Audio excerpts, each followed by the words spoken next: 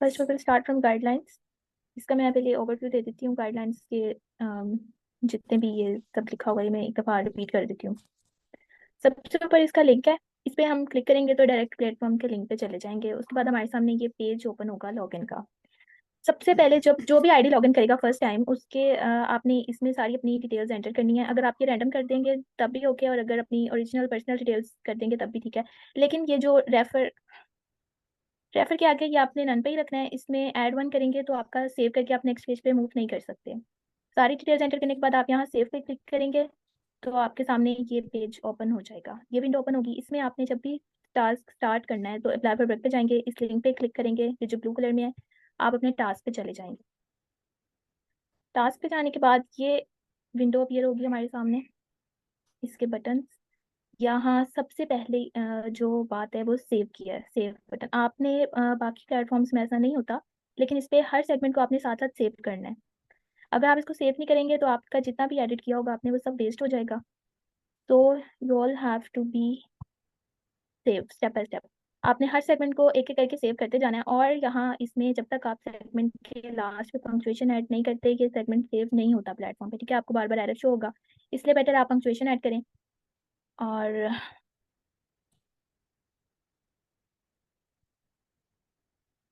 Next, अब इसके rules हैं। First, script should reflect what the participant really says. Speaker जो भी बोल रहा है आपने डायरेक्टली वो ट्रांसक्राइब कर देना है, वो ठीक बोल रहा है गलत बोल रहा है, या आपने जो वो कहता जाएगा आपने वो लिखते जाना है। If they spoke one word repeatedly like I want, अगर उसने आई दो दफा भी बोल दिया है तो आपने फिर भी उसको दो बार ही ट्रांसक्राइब करना है। Please write that word phrase to reflect that participant said. Second, if they spoke one word in half like com computer, please write it down like com in the above case. अगर वो किसी subject किसी भी word को पहले half मिसस्पेल कर देता है, हाफ बोलता है उसके बाद कंप्लीट करता है, आपने उसको एज इट इज लिखना है। Third, if there is major grammatical issue और the sentence spoken by the participant is totally meaningless, अगर स्पीकर ने कोई ऐसी कुछ भी स्पीच में मीनिंगलेस आपको लग रहा है, please mark the sentence as invalid before choosing invalid, please check with us. मतलब अगर कोई सेंटेंस है जिसकी आपको समझ नहीं आई, या वो बीच में कटिंग हो रही थी रिकॉर्डिंग के दौरान, तो आप उसको इनवैलिड मार्क कर सकते हैं। When the corresponding situation occurs insert the correct tag. इस प्लेटफॉर्म की जो मेन चीज़ है वो टैग्स हैं, ठीक है। इसमें ये 4 टैग्स हैं जिनको आपने साथ साथ यूज करना है। SPK tag the clear various sound and noises made by the speaker that are not part of the prompted text. For example, lip smack, cough, grunt, throat clear। ये जो मेन स्पीकर होगा जिसकी voice को हम transcribe कर रहे हैं, जिसकी स्पीच ट्रांसक्राइब हो रही है, अगर उसका कोई भी साउंड प्रोड्यूस होता है, वो लिप स्मैक, कफ, ग्रंट, थ्रोट क्लियर, कुछ भी हो सकता है, लाउड ब्रेथ, लाफ लाउड, कुछ भी, अगर हल्का सा भी आपको उसके सांस लेने की या उसके हंसने की आवाज आ रही है, आपने वहाँ पे एसपीके टैग लगाना है। ये मेन स्पीकर के लिए, मेन स्पीकर के जितने भी साउंड होंगे वो एसपीके टैग से आपने एडजस्ट करने हैं। Second is NON, non human voice. This category contains noises of an intermittent nature. These noises typically occurs only once, like a door slam, dropping something। ये वाला जो टैग है, इंसान के अलावा जितनी भी आवाजें हैं, अगर दरवाजा बंद होने की आवाज आ रही है आपको, कोई पेन गिरने की, माउस क्लिक करने की, किसी भी किस्म की आवाज है, आपने वहाँ पे NON टैग लगाना है। Third, static. ये स्टैटिक हम तब यूज करते हैं जब हमें किसी वर्ड की समझ नहीं आ रही होती, या वो वर्ड मिसिंग होता है बीच में से। यहाँ उर्दू की जो यहाँ रिकॉर्डिंग्स हैं, इसमें मोस्टली ऐसे टास्क आ जाते हैं जिनमें वॉइस क्लियर नहीं है, स्पीकर बोल रहा है बीच में उसकी आवाज कट रही है नेटवर्क की वजह से, तो आपने वहाँ पे स्टैटिक लगाना है। और अगर कोई वर्ड जो है वो समझ नहीं आ रहा कि स्पीकर ने ये क्या कहा था, पहले तो आपने ये ट्राई करनी है कि आपको समझ आ जाए कि वो क्या कह रहा है, आप उसको बार बार सुनेंगे आपको पता चल जाएगा।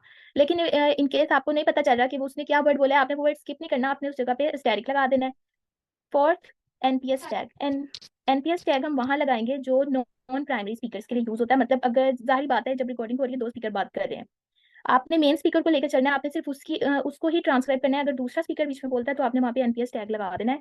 और जहां आप एनपीएस टैग लगाएंगे, अगर तो आप स्पीच के बीच में एनपीएस लगा रहे हैं, मतलब मेन स्पीकर बात कर रहा है, दूसरे स्पीकर में बीच में कोई जवाब दिया है हाँ ठीक है, तो आपने वहाँ पे एनपीएस टैग लगाना है। लेकिन अगर कोई सेगमेंट है जिसमें दूसरा स्पीकर कंटिन्यूसली बात कर रहा है, उसमें मेन स्पीकर की कोई स्पीच नहीं है, तो आपने वहाँ एनपीएस टैग के साथ उसको इनवैलिड भी कर देना है, वो वैलिड भी नहीं एंटर होगा। When using these tags above, please be careful if noise is not so obvious or loud, it is not necessary to use the tags। अगर आपको कोई आवाज सुनाई दे रही है तब ही आप ये टैग्स लगाएंगे, क्लियर आपको ऑडिबल है तब लगाएंगे। अदरवाइज अगर आपको डाउट है तो बेहतर है कि आप टैग्स ना लगाएं। उसके बाद इनवैलिड, इनवैलिड के लिए भी हमारे पास दो टैग्स हैं, S and Z। S tag हम तब लगाएंगे जब वहां पे कंप्लीटली साइलेंस होगा, या मतलब ये तभी लगाएंगे जब साइलेंस होगा या close to be in silence. लेकिन जब close to be in silence होगा, थोड़ा बहुत आपको नॉइज चोरी थोड़ी बहुत तो नहीं होती, खैर वो कहीं ना कहीं बैकग्राउंड में कुछ ना कुछ बात हो रही होगी, वहां पे आपने जी टैग लगा देना है। ऐसा आप सिर्फ तभी ही लगाएंगे जब साइलेंट होगा। अक्सर टास्क रिजेक्ट हो जाता है क्योंकि वहां पे टैग गलत लगा होता है। जी टैग आपने लगाना है। G means in this slot there is no language speaking और ओनली सम नॉइज। अच्छा, अगर यहाँ पे कोई बहुत स्लो वॉइस भी है ना, अगर बहुत कम साउंड है, वो ऑडिबल नहीं है, लेकिन आपको इतना पता चल रहा है कि स्पीकर कुछ ना कुछ बोल रहा है, लेकिन वो सुना नहीं जा सकता और ना ही लिखा जा सकता है, उस केस में आप उसको भी जी और इनवैलिड मार्क कर देंगे। उसके बाद हमारे ये मॉडल वर्ड्स हैं oh these are model particles when the speaker makes these sounds they need to be mark the tag manually. अगर मेन स्पीकर इन टैग्स के अलावा, ये जो हमारे पास बार में शो हो रहे हैं, ये से लेकर तक, इनके बीच में अगर वो कुछ बोलता है, कोई भी उसका मॉडल वर्ड है, आप ये टैग्स लगाएंगे। और इसके अलावा उसका जो मेन स्पीकर की जो भी वॉइस प्रोड्यूस होगी, वो सांस ले रहा है, खा रहा है, हंस रहा है, कुछ भी कर रहा है, आपने वहां पे एसपी के टैग लगाना है। और अगर उसने कहा है तो आप यहाँ से टैग्स यूज करेंगे। ये वाले जो 4-5 टैग्स हैं, ये टैग्स यूज करेंगे मॉडल पार्टिकल्स के तौर पे। और ये खुद टाइप नहीं करने आपने, अगर वो कह रहा है तो आपने ए एच वाला ये टैग लगाना है। उसको अलिफ बढ़िए ऐसे टाइप नहीं करना। ये पहले जो दूसरे प्लेटफॉर्म्स हैं उन पे इस तरह से ट्रांसक्रिप्शन होती है, लेकिन इसमें ऐसे नहीं होगी। बी नंबर्स, इसमें नंबर्स भी इसी तरह है कि अगर वो 1 2 3 4 बोलता है तो हम उसको उर्दू में ही लिखेंगे, अलिफ ये और काफ। उसको ना तो 1 2 3 4 में यूं मैथ की फॉर्म में लिखा जाएगा, ना अरबिक न्यूमरल्स में, ना रोमन में, किसी में भी नहीं लिखना आपने। जस्ट उसको लफ्जी गिनती जिस तरह हम उर्दू में लिखते हैं उसी तरह से लिखी जाएगी। C format and punctuation, please use punctuation of comma, full stop, exclamation mark and question mark only. Punctuation में सिर्फ ये 4 ही यूज होंगे। अगर आप कोई और पंक्चुएशन यूज करेंगे भी तो वो सेगमेंट सेव नहीं करेगा प्लेटफॉर्म। सिर्फ ये 4 यूज होंगे। और सेगमेंट के लास्ट में आपने कोमा यूज नहीं करना। अगर आप कोमा यूज करेंगे तो वो सेगमेंट के स्टार्ट में चला जाएगा, इसलिए बेटर है कि आप किसी भी सेगमेंट को कोमा से खत्म ना करें, फुल स्टॉप लगा दें उसकी जगह पे।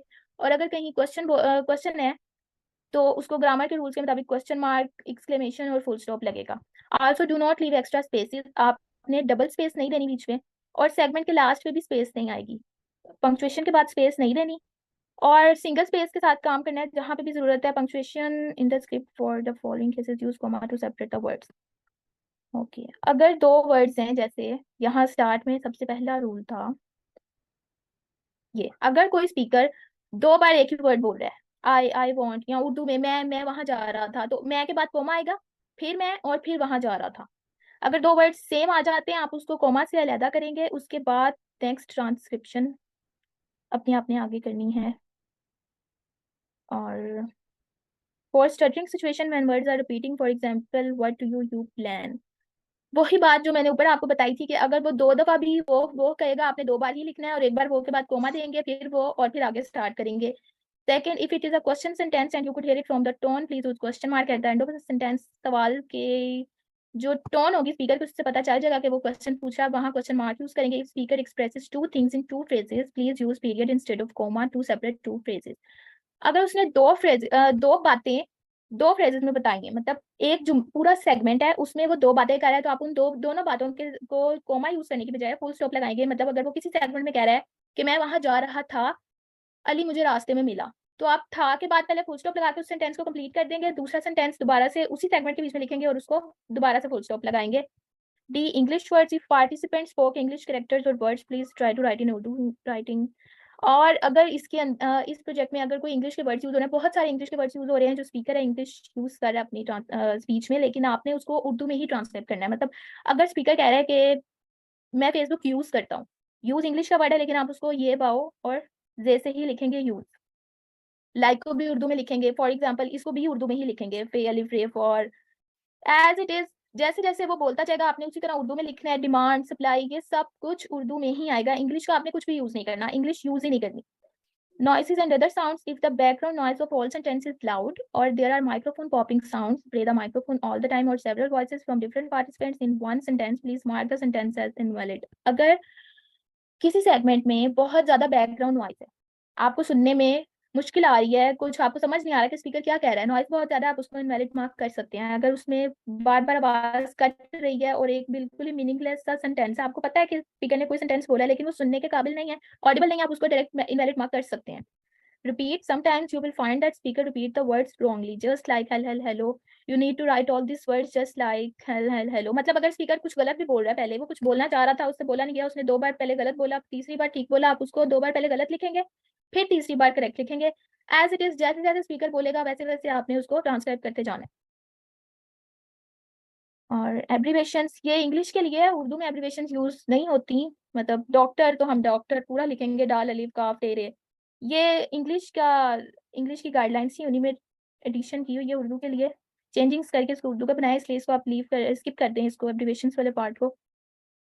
और क्योंकि उर्दू में एब्रीवेशंस नहीं आती हैं, मिस्टर लिखेंगे तो वो भी मीम सीन तेरे, मिस्टर लिखेंगे MR, ये सारे ये जो 4 बताई हुई है ये इंग्लिश के लिए थी, इसलिए इसका कोई काम नहीं है इसके अंदर। और सबसे लास्ट जो चीज़ है वो ये हमारे पास लास्ट है, इसमें ये बताया है यहाँ, ये जो हाईलाइट किया हुआ है उन्होंने लूप प्लेबैक, इसको आप टिक मार्क करके अपना काम करेंगे, क्योंकि इसको टिक करने से ये होगा कि ये बार बार खुद ही ऑटो स्क्रॉल होता जाएगा ऑटोमेटिकली। आपको दोबारा दोबारा यहाँ पे कर्सर रख के सुनने की जरूरत नहीं है कि वो क्या कह रहा था। आप यहाँ पे अपना वर्क करें, यहाँ पे आप टाइपिंग करते रहें और वो आपको बार बार खुद ही प्ले होके बताता रहेगा। इससे थोड़ा सा ईजी हो जाता है काम करना। यहाँ से हम स्पीड एडजस्ट करते हैं, लेकिन ये जो ऑटोमेटिकली जो स्पीड उन्होंने 1 पे दी हुई है ये इसी पे ठीक रहती है।